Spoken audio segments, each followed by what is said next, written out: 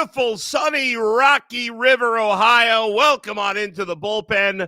I am your host, Adam the Bull. It is the latest live edition of the Bullpen with Adam the Bull, brought to you by Bet Rivers. Check out the Bet Rivers app for the latest lines in Major League Baseball, NFL preseason week 2. Look ahead to over-unders for the season, and tennis, and a whole lot more. Whatever your sport, whatever you like to bet on, we've got you covered at Bet Rivers. Coming up on today's show later, I'll talk about the red-hot Cleveland Guardians and why so many of you owe a written apology to the Guardians. But first, we begin with the Cleveland Browns. Yesterday, in day one of a joint practice with the Minnesota Vikings, things got very physical, as they often do in these joint practices. A couple of storylines out of the physicality of these practices. Number one, apparently Kevin O'Connell, the head coach of the Vikings, complained to Browns defensive coordinator Jim Schwartz that practice got, quote, too physical. If I'm a player on the Vikings, if I'm a fan of the Vikings, what an embarrassment that my head coach would complain to the defensive coordinator of the other team that practice is too physical. Could you be any softer as a head coach? I don't think the Vikings are going to be very good this year. I think they're going to finish last in a pretty good NFC North. In fact, I'd be very surprised if they didn't finish last in that division. But to be whining about the a couple guys got hurt. That's unfortunate, but that's football, man. You should know that better than most people. You're a head coach of a football team.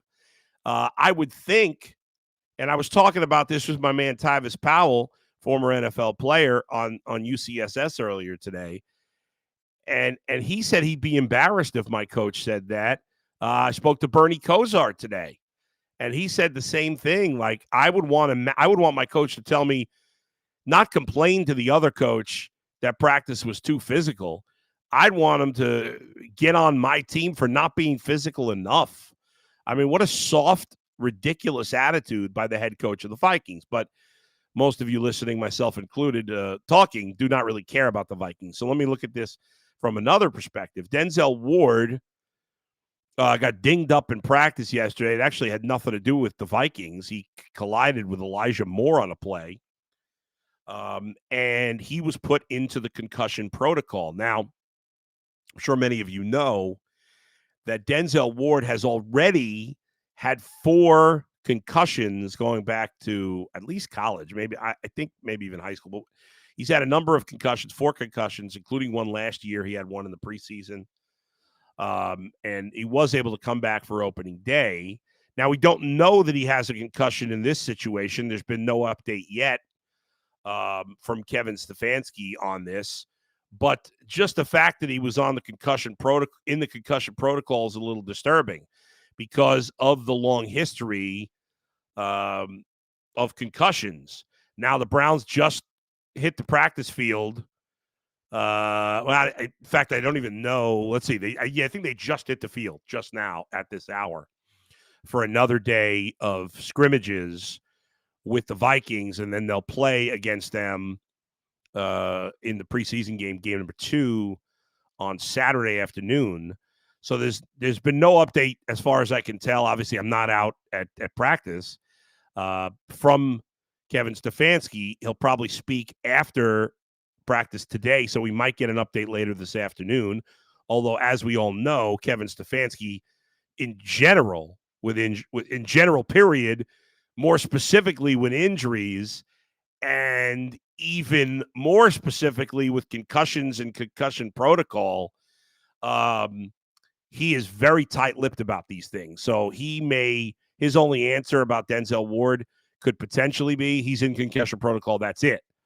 However, the fact that Denzel Ward, during practice yesterday, after he left practice in the concussion protocol, was on the sideline and throwing the ball around a little bit, to me, that's a positive. And without knowing for sure, I'm gonna hope at least that means that maybe he didn't have a concussion. Again, we don't have enough information to know anything for sure. I'm just reading the tea leaves, and I have to figure if he left the field due to being in the concussion protocol and he's back on the field soon after. Now, he was on the sideline. He wasn't practicing or anything, but the fact that he was on the sideline throwing a football around, if he had a concussion, especially with his history of concussions, I would assume that he would not be on the sideline throwing the ball around, that he'd be laying in a dark room somewhere. But obviously, who knows? I did think that was a positive. Hopefully, we get a positive update from Kevin Stefanski today, but we shall see. Talked about JOK in the podcast yesterday, and I was just thinking more about, because I was thinking about, so Denzel Ward got me thinking, okay, we know Myles Garrett is the most important player on the Browns defense. Who's the second most important player? And I think in the end, it's Denzel Ward, but just the fact that JOK would be in that conversation, I don't think I've ever, and probably many of you are the same way, have ever changed my opinion more on a player in one calendar year than I have on JOK. I mean, this time last year, I had no expectations for him. I had the best Browns linebacker in recent history say he can't play. And I don't keep bringing that up to make DeQuell look bad. DeQuell's great. He's an unbelievable human being. He's an unbelievable football player. I'm sure he's going to be an unbelievable executive or coach, whatever he wants to do. But even the smartest guys in the world get it wrong sometimes. And we all thought, yeah, that kind of makes sense. And a year later, he gets a 3-year, $39 million extension, $25 million guaranteed. And I think a lot of us were like, wow, that's a good bargain for the Browns. If I would have said last year that the Browns signed him to that contract, we would have all lost our minds. We said, are the Browns insane? What are they doing? A year later, they signed to that contract, and nobody is saying that he got overpaid, let alone that the Browns are crazy for making that deal. And it's just another example of the Browns doing a very good job over the last few years of adding better talent than they ever have and keeping that talent. Even, it's funny because in last decade, when this team stunk pretty much every year, even a lot of the good players they had would leave, right? For one reason or another, whether it was free agency, whether the team moved on. You think about some of the best players the Browns had in the 2010s, and even a little before that. Joe Thomas stayed and played his whole career here, but Alex Mack, great center, went to the Falcons. Mitchell Schwartz, excellent right tackle. That whole debacle. He left and went to the Chiefs. Obviously, Josh Gordon, that's a certainly unique situation, so that's not a Browns unable to sign situation. That's a little different, but it's a lot different, but he still was gone. Joe Hayden, the Browns thought he was done. I'll be honest, at the time, I thought he was trending in the wrong direction. He played 5 years for Pittsburgh pretty well. DeQuell Jackson, we just talked about. He got out of town, went to the Colts. So even when the Browns did find the rare good player during those years, they often couldn't keep them around because they previous ownership, and some of this obviously is Jimmy Haslam. Sometimes it wasn't worth it to keep him around because the team wasn't good enough to spend that kind of money on a player. Sometimes they got the evaluation wrong. Sometimes the player just wanted to get the hell out of here. I think that was the case with Alex Mack. But now the Browns players want to stay. The Browns are willing to pay. And it's made a big difference. And for all the criticism, it's funny. I was talking earlier about ownership in Cleveland, and I have leveled criticism at Jimmy Haslam a million times. There's a lot that I do not like about Jimmy Haslam. A lot. But I admit this, and I admitted it earlier today, and for those who didn't hear it, I'll say it again. Right now, if I had to take the Dolan and Gilbert have the owners of the Guardians and the Cavs have been more successful. There's no doubt. It's crazy. I can't say Jimmy Haslam is the best owner in Cleveland when he's won one playoff game. He's been here over a decade. and the other teams have won a championship and gotten to a championship in the World Series. So it's disingenuous to say better. But right now, because of the way Jimmy Haslam is willing to spend money, and in the end, that's the most important thing. I can't argue against. Yes, if I would take Jimmy Haslam as my owner for my team, because I know he's willing to spend more, certainly, than the Guardians are. It's fair to argue that maybe, that if Dan Gilbert owned a football team, he might be willing to spend as much as Jimmy, because he has spent a lot for basketball, and you just can't spend as much of basketball because there's not as much money in the game.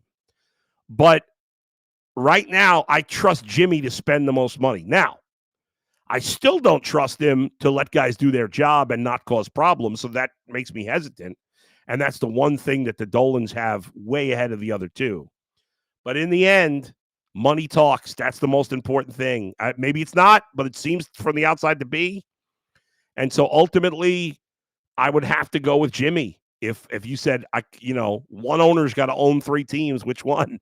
Even though the other 2 owners have been more successful, they've been better at times. Jimmy's been a total disaster for much of the time here until recently.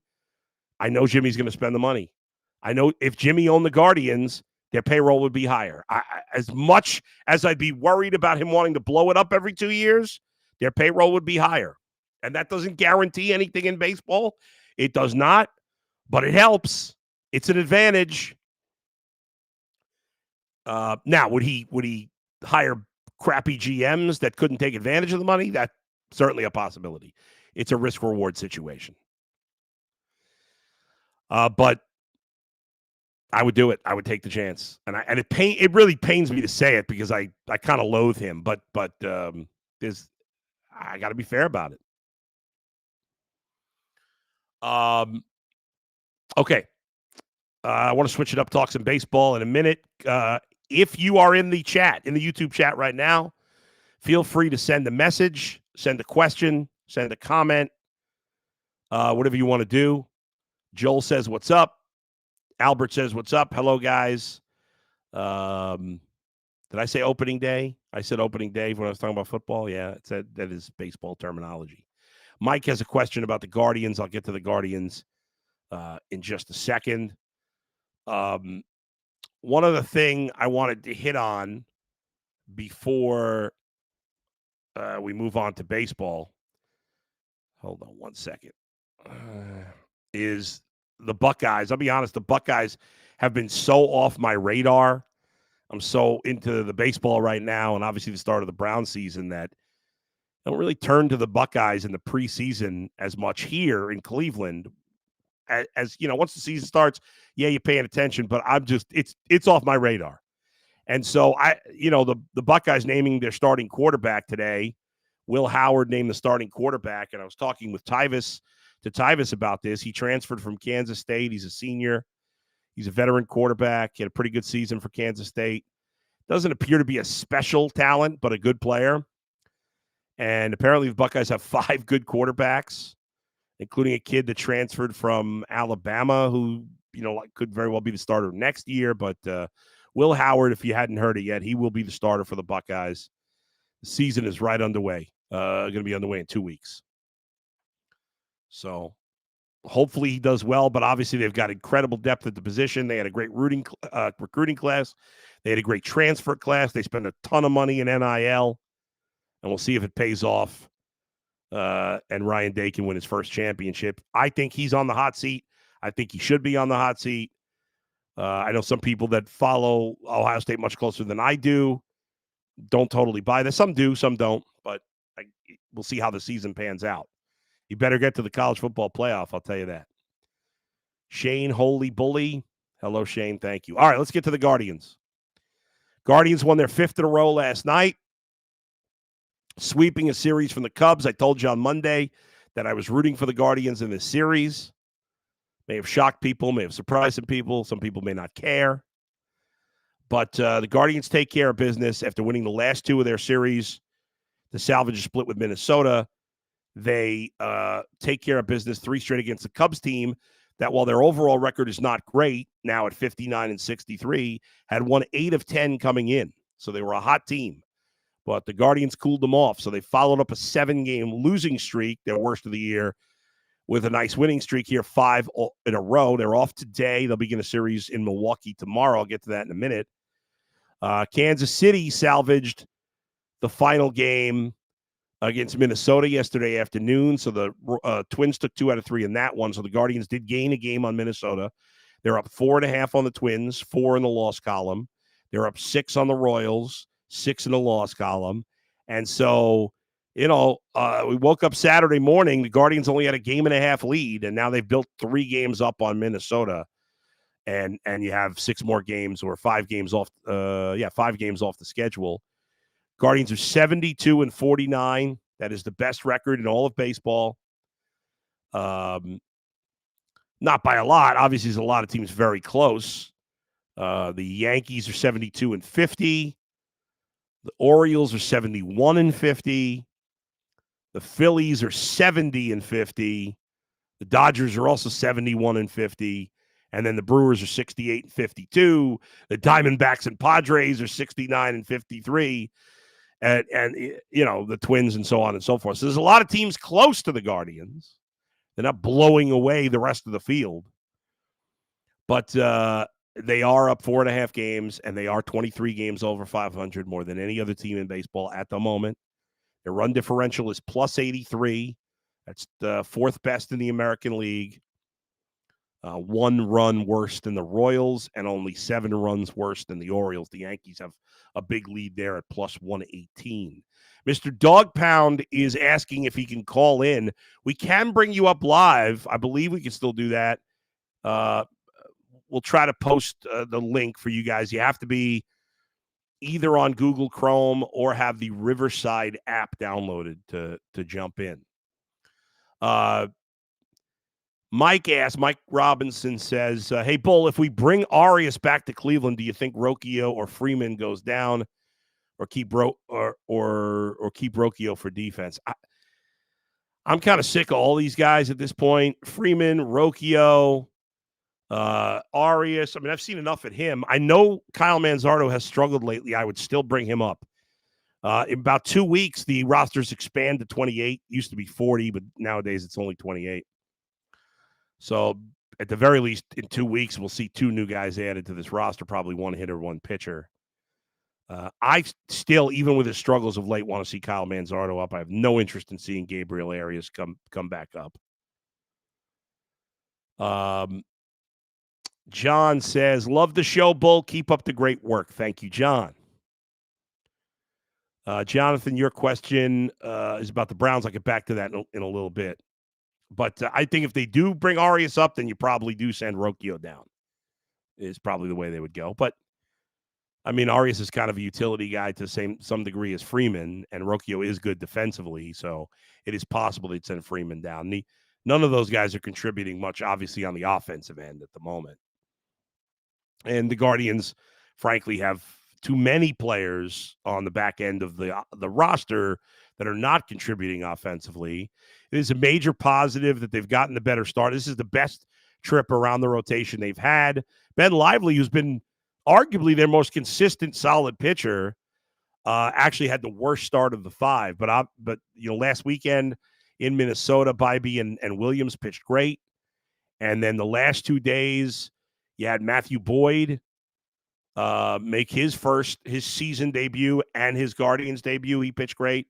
Yesterday, Alex Cobb with his second start of the season and his second start as a Guardian, and he pitched very well after he did not pitch well in his first start.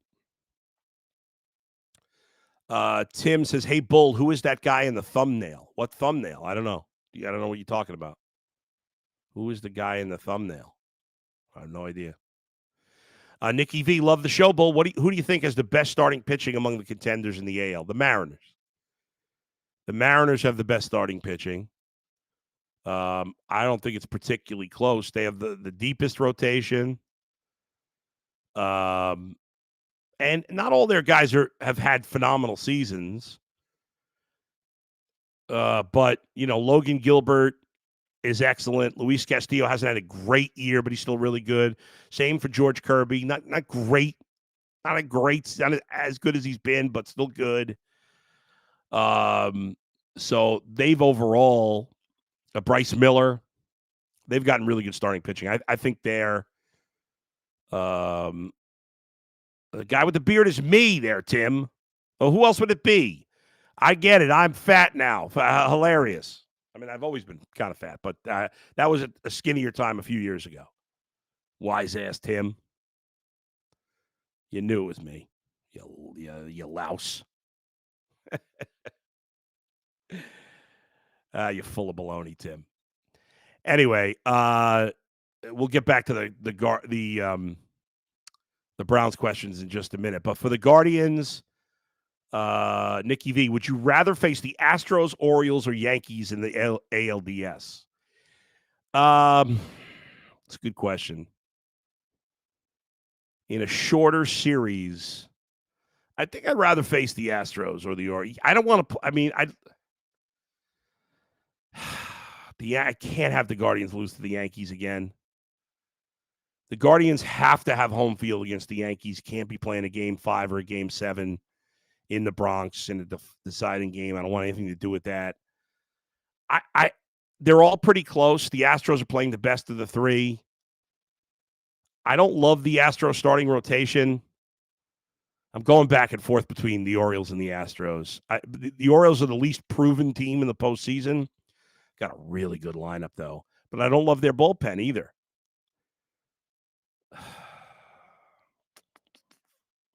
I'm sticking with the Astros, but it's close. Orioles second, Yankees third. All right, Tim. You weren't being a wise guy. I believe you.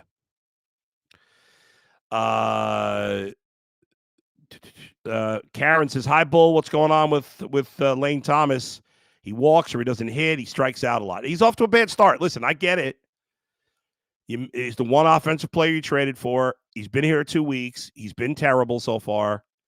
It's disappointing.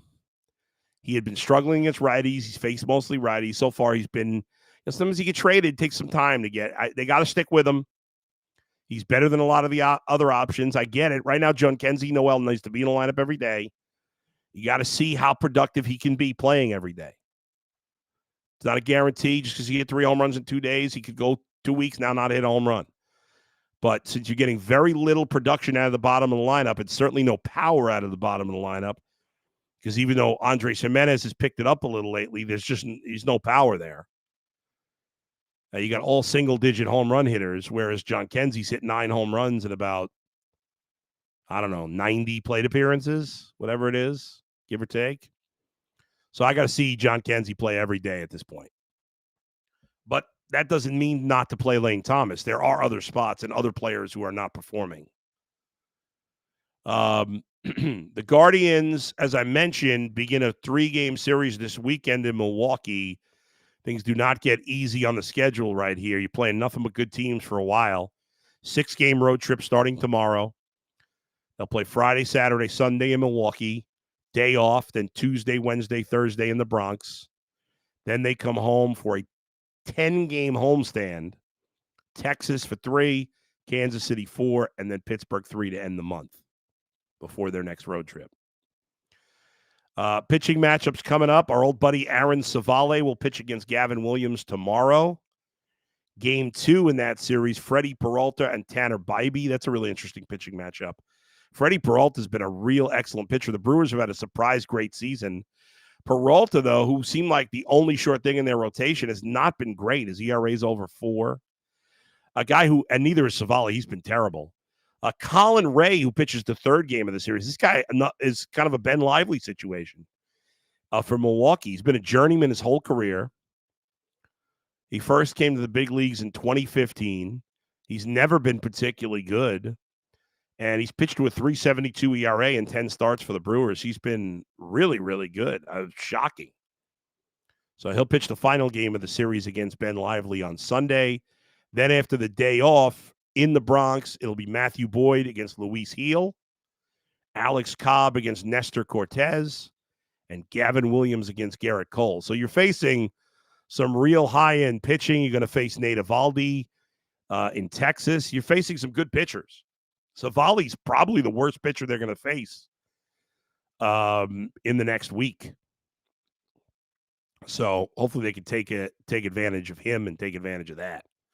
But these are going to be battles. These are tough series. You're playing some really good teams. There's no cupcakes in this schedule, and we know that the Guardians have not done great against cupcakes. But the only kind of bad teams they're playing play the Pirates at the end of the month. They play one more series in Chicago against the White Sox in September. Cincinnati's pretty bad. You play them the last week of the season. Cardinals are not great. You play them as well, but they're not terrible teams. Tim, is there any guy we could get off of waivers like a Coco Crisp type of pickup? So Ahmed Rosario was put on waivers. We should find out today what happens with him. The problem with waivers, and Elias Diaz was put on waivers by the Rockies yesterday. He was an all-star last season, catcher. And so we'll see on him in a couple days. But the problem with waivers is waiver claims are granted based on reverse record. The Guardians have the best record in baseball, so they get the last crack at every player. So it's hard for a guy who has a cheap contract, like say Ahmed Rosario. He's only getting paid, I think, for the rest of the season. I want to say it's like $500,000. It's very little money. And so I think I can't imagine some team wouldn't claim him on waivers. I don't understand. It doesn't make sense that somebody wouldn't do it. I'm trying to look real quick, see if something's happened in the last hour or so. I hadn't seen anything on him. Now, as I'm looking at MLB.com transactions, and there's nothing on Ahmed Rosario. But again, both of those guys, I would have interest in both of those guys. But I just don't know that. I don't know Diaz. I'll have to look up Diaz's contract. But Rosario's contract is a contract that somebody I have to think would certainly claim, unless I'm crazy. Diaz, he is making $6 million this year, which means he's probably owed $1.5 million. Sadly, that might be out of the Guardians' price range, which is just pathetic. Now, maybe it's not. I don't know. Maybe they just don't want to bring in a catcher. Because, as good as Bo Naylor is defensively, even though he's been lousy offensively. And Diaz, who, as I said, was an all-star last year, has not had a particularly good season. His OPS is under 700. Now, for this team, it's 693. It's not terrible, but it's below average. He's only got 5 home runs this year. He had 14 last season. Rosario makes a little more sense. You're talking about a couple $100,000. He's been here before. He plays multiple positions. I think that's something that makes a little more sense. But at this point, it's going to be very hard for anybody of true value for the Guardians to get on waivers because at the moment they have the 32nd pick. Essentially, if you look at it as a draft, it's not really a draft because multiple teams could put in a claim on guys, but they would get the last pick essentially. So I think that's going to be very hard for them to get any of those guys. Finally, I had one more question about the Browns. Let me see if I can find that. Jonathan Mann says, hey, Bull, given Ward's concussions and looking past Emerson and Newsom, are the Browns well-positioned or time for an upgrade? No, I think there's some other guys there that have potential that they picked up the last couple of years. I don't think they need to make an upgrade. I do think the Ward concussion situation is concerning, but I think they're going to lock up. It'll be interesting to see if they lock up Greg Newsom or move on. But I wonder if the concussions to Denzel Ward make them think twice about letting Greg Newsom walk. Certainly, you would think they would try to lock up Emerson to a long-term deal. And it will be they have a first-round pick as of now next year for the first time in 4 years. And that could certainly be a position that they are thinking about addressing. Hopefully, it'll be a very late first-round pick. But that could certainly be a position that they will consider, especially if they feel like it's not the right move to sign Newsom and with Ward's concussions. Who knows much longer he's going to play. Hopefully he didn't actually have a concussion yesterday, but we won't know for sure until I guess we hear from Kevin Stefanski here at some point. All right, thanks to everybody for jumping in the YouTube chat. I appreciate all the questions and comments. Thanks to Max and Andrew for producing here today. Thanks to all of you for joining me. Please hit the like button. Please subscribe. Help me get those final 250 subscribers to get to 5,000 before the regular season starts. I'll talk to you next time. Next podcast will be Monday. We'll talk to you then. Where else but right here in the bullpen with Adam the Bull, brought to you by Bet Rivers. See you, everybody.